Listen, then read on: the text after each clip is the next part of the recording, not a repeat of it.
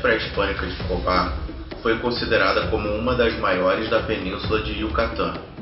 É um sítio arqueológico que guarda muito mistério e muito enigma.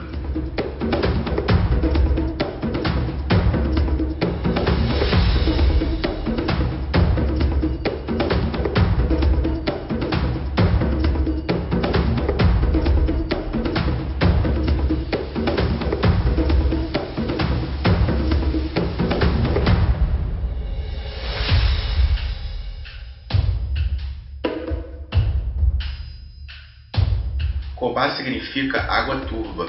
Alguns textos coloniais a mencionam como Quintil-Cobá, referindo-se ao deus maia do sol.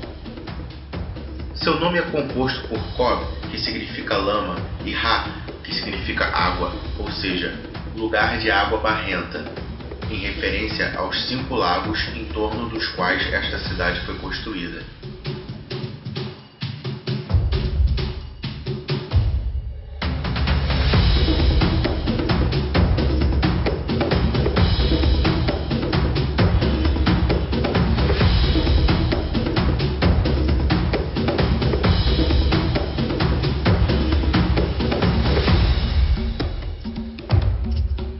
Foi uma cidade que teve seu auge entre os séculos 6 e 10 de nossa era, e depois recuperou uma certa proeminência entre os anos 1200 e 1500 d.C., quando se construíram diversos edifícios já do estilo costa oriental.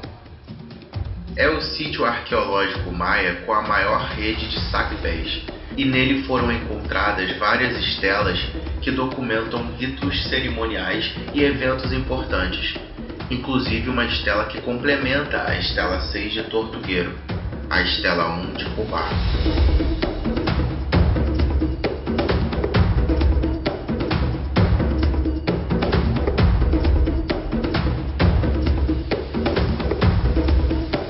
Entrando no sítio arqueológico, o primeiro lugar que vemos é o lugar onde era praticado o Pocta-Pocta. O visitante pode observar imediatamente que o que chama a atenção são precisamente os anéis da parte superior que estão registrados dentro do livro sagrado dos maias, conhecido como o Popol Vuh.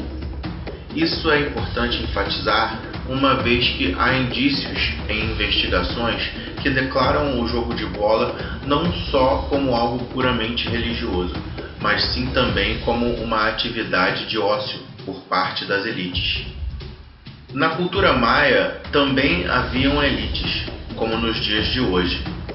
Na parte superior vemos que havia uma fachada onde podemos imaginar que as elites, os xamãs e talvez o governante ficassem assistindo do topo enquanto os jogadores embaixo disputavam uma partida, batendo na bola com os quadris, os ombros, os cotovelos e os joelhos.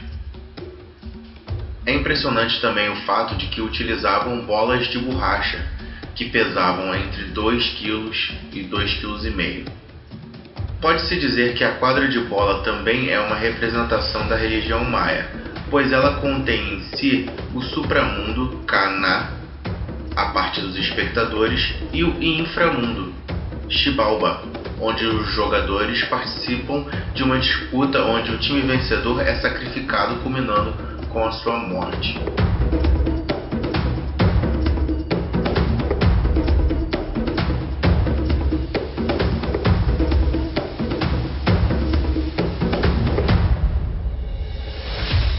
O Templo dos Frescos são os edifícios mais novos do lugar e pertencem à última época em que Cobá foi habitada. Aqui você pode ver os restos de uns altares e colunas. Este tipo de pirâmide com base composta por cantos arredondados corresponde ao período clássico tardio dos maias, entre 600 a 900 d.C., enquanto no topo há um pequeno templo do período pós-clássico.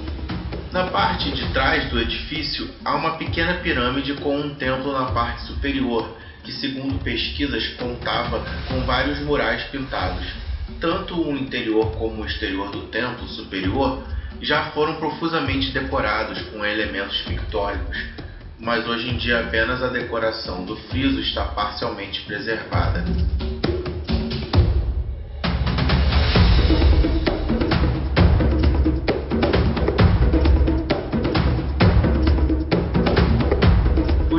Outros representados aludem a ritos agrícolas, ligados a pedido de chuva para o deus Cha'ak. Cha'ak, o deus da chuva, relâmpagos, raios e água em geral, era um dos principais deuses maias, talvez o mais reverenciado e representado, especialmente na península de Yucatán, durante o período pós-clássico, equivalente a Tlaloc dos aztecas. Cha'ak é retratado com um nariz em forma de tronco e duas presas curvadas para trás saindo de sua boca. O adorno que ele usa na cabeça geralmente é uma faixa com nós. Histórias mitológicas contavam que Cha'ak vivia em cavernas ou cenotes, que também eram a entrada para o submundo, e que ele usava um machado para atingir as nuvens e causar trovões e chuva. Era uma divindade benevolente associada à criação e à vida. Cha'ak era a divindade de maior ancestralidade popular, e o povo invocava Cha'ak para obter boas colheitas.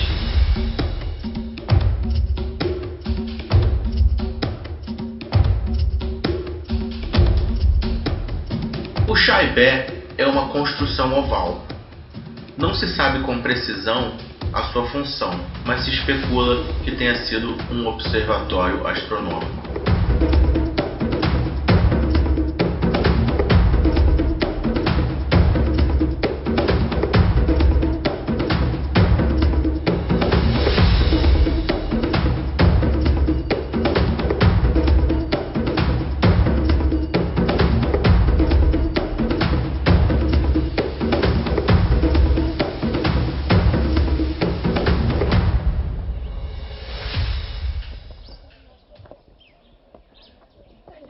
Si yo caigo y me muero, tú me llevas al hospital, ¿vale? Llama a mi mamá. Señor, Jeffrey no consiguió. ¿O dónde viva? Celia. Transmitiendo en vivo, por favor. Mis últimos momentos fueron. Aquí en Cobán. Ay, Disculpa. ay, permiso. Ay, ay. Esto sí es cultura.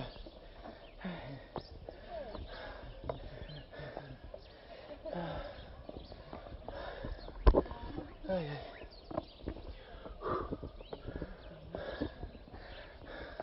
Tu salud está buena. Ay.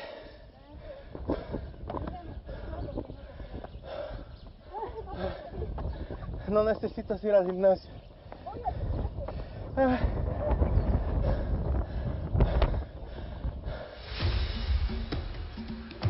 A pirâmide de Nohotmul tem 42 metros de altura e 120 degraus. O significado deste nome é elevação grande. Seria a altura equivalente a um edifício de 13 andares. O mais legal desta pirâmide é que você pode subir nela se tiver coragem. Eu pessoalmente subi, mas achei muito arriscado, pois o local é muito precário. Os degraus são realmente íngremes e irregulares, e não há nenhum tipo de corrimão para a segurança do visitante, apenas uma corda por onde as pessoas se seguram ao descer e subir. Embora tenha sido descoberta em 1800, o sítio arqueológico não foi aberto ao público até 1973, porque a densa selva circundante dificultava muito o acesso. Ainda está fora dos roteiros mais conhecidos, mas vale a pena a viagem, especialmente se você estiver em Tulum, que fica a apenas 40 minutos de carro. Juntamente com as pirâmides de Chichén Itzá e as ruínas maias à beira-mar de Tulum, Nohotmul é um dos locais mais significativos e populares da península de Yucatán.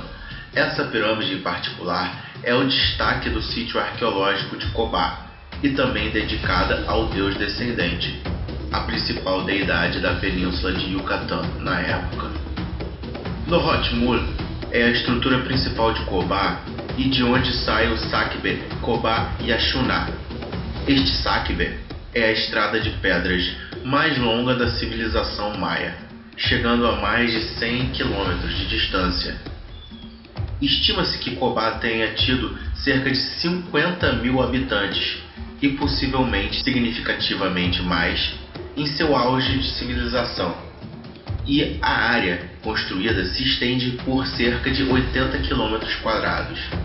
O local foi ocupado por uma população agrícola considerável no meio do primeiro século depois de Cristo.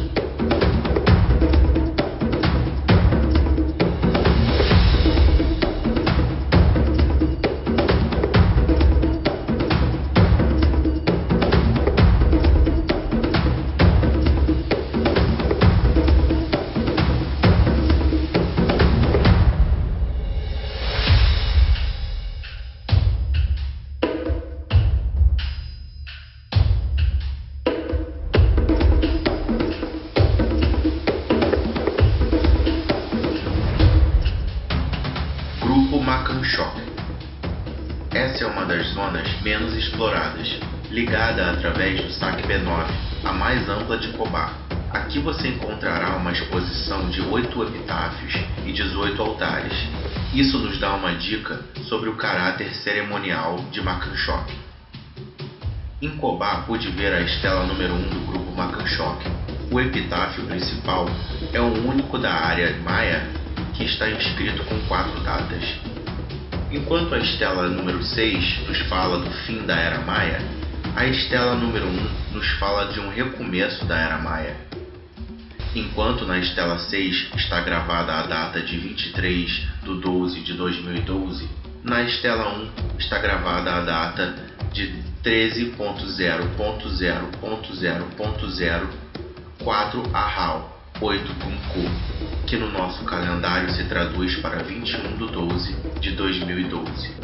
Os maias usavam simultaneamente 3 métodos independentes para calcular suas datas de calendário: 20 semanas de 13 dias e 13 meses de 20 dias, espaçados num ano de 260 dias, e era chamado de Tzolk'in. Estes números usados no calendário não são por acaso. São números que fazem parte da sequência Fibonacci e considerados sagrados para os religiosos deste povo. 260 é um número que está ligado ao período de gestação de um bebê e dos ciclos de dias de eclipses e de translações de Vênus ao redor do Sol.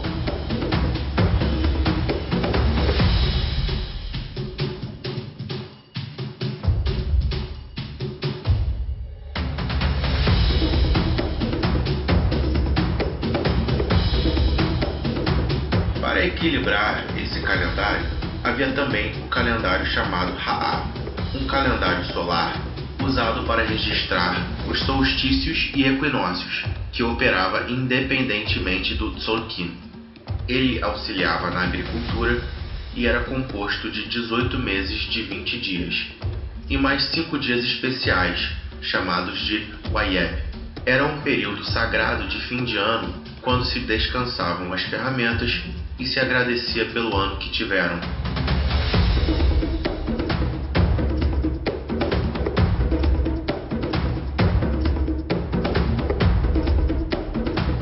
Para que estes dois calendários se encontrassem, levavam 73 rotações do Tzolk'in e 52 rotações de Ha'á para se repetir uma mesma data. Quando este ciclo se completava, era uma comemoração muito especial para os maias. Eles apagavam todas as lamparinas de todas as cidades na véspera deste dia, e não as reacendiam até de manhã.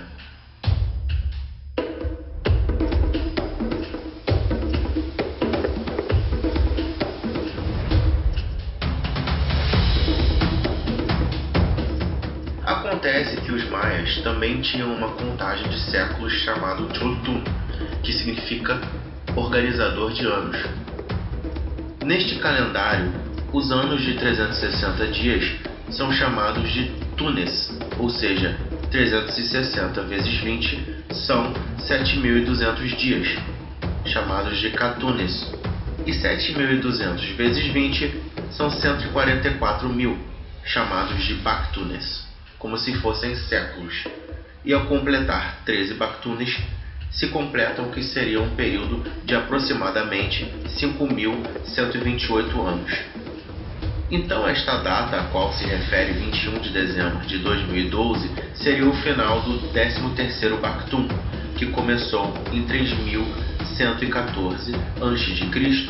e terminaria, portanto, agora, 5.128 anos depois, que é um número aproximado, não exato, mas podemos pensar como se fosse semelhante ao modo de um automóvel dos anos 60 que faria um clique na milha 99.999,9 e redefiniria para zero.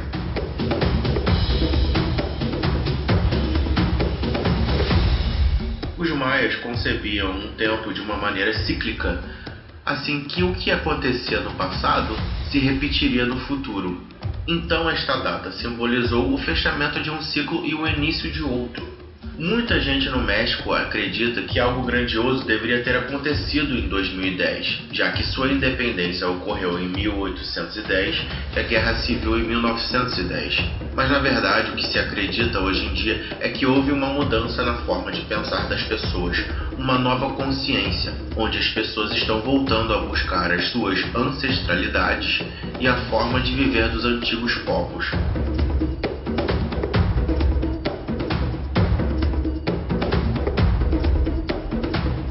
Para encerrar a polêmica, os maias concordam que a data exata seria 16 de agosto de 2014, para ser exato, e consideram a data de dezembro como uma influência estrangeira, já que o Ano Novo Maia não é em dezembro, e sim um modelo europeu. Mas o fato hoje é que entramos definitivamente em uma nova era, uma quarta era maia. Olhando para os planetas em 2012, há um alinhamento muito especial que ocorre apenas a cada 26 mil anos. Em 21 de dezembro de 2012, o solstício de inverno, a Terra e o Centro Galáctico se alinharam. O Centro Galáctico também é chamado de Via Láctea. Os maias chamavam a Via Láctea a Árvore Sagrada ou a Grande Mãe.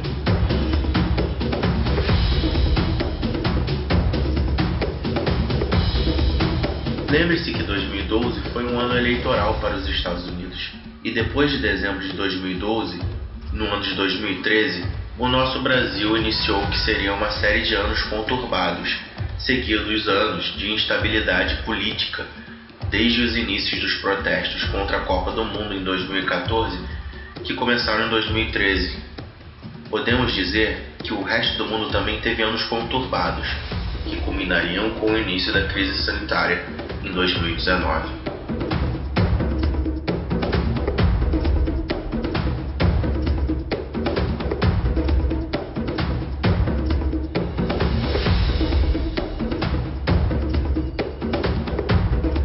A aldeia Pacchen existe há mais de 20 anos e fica bem ao lado de Cobar e tem cerca de 1.300 habitantes. É uma idílica aldeia onde vivem descendentes dos maias. É possível conhecer esse lugar onde a antiga e a nova cultura maia convivem juntas. Para isso, basta contratar uma excursão de um dia. Essa comunidade maia melhorou a economia de seus habitantes com a implementação de um projeto de autogestão. Ele permite ao viajante aprender sobre as tradições e trabalhos, como cozinhar, receitas antigas ou tricotar redes. A aventura começa com um ritual feito por um homem santo para os viajantes. Os demais habitantes oferecem passeios na selva e explicam sobre a flora e a fauna do lugar, destacando presença de espécies únicas, como o tucano e o jaguar. Você também pode praticar o rapel no cenote da Onça Pintada, uma piscina de água natural.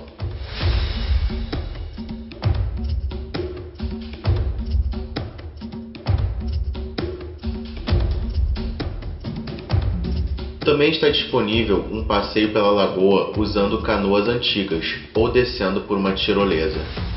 Há também visitas guiadas à zona arqueológica de Cobar. Depois da adrenalina, nada melhor do que experimentar o sabor da gastronomia da antiga civilização. O cardápio inclui frango preparado com ingredientes maias, sopa de legumes, arroz, feijão, batatas, empanadas e tortilhas artesanais. Na hora do almoço, você compartilhará a mesa com os guias e aprenderá um pouco sobre a língua maia.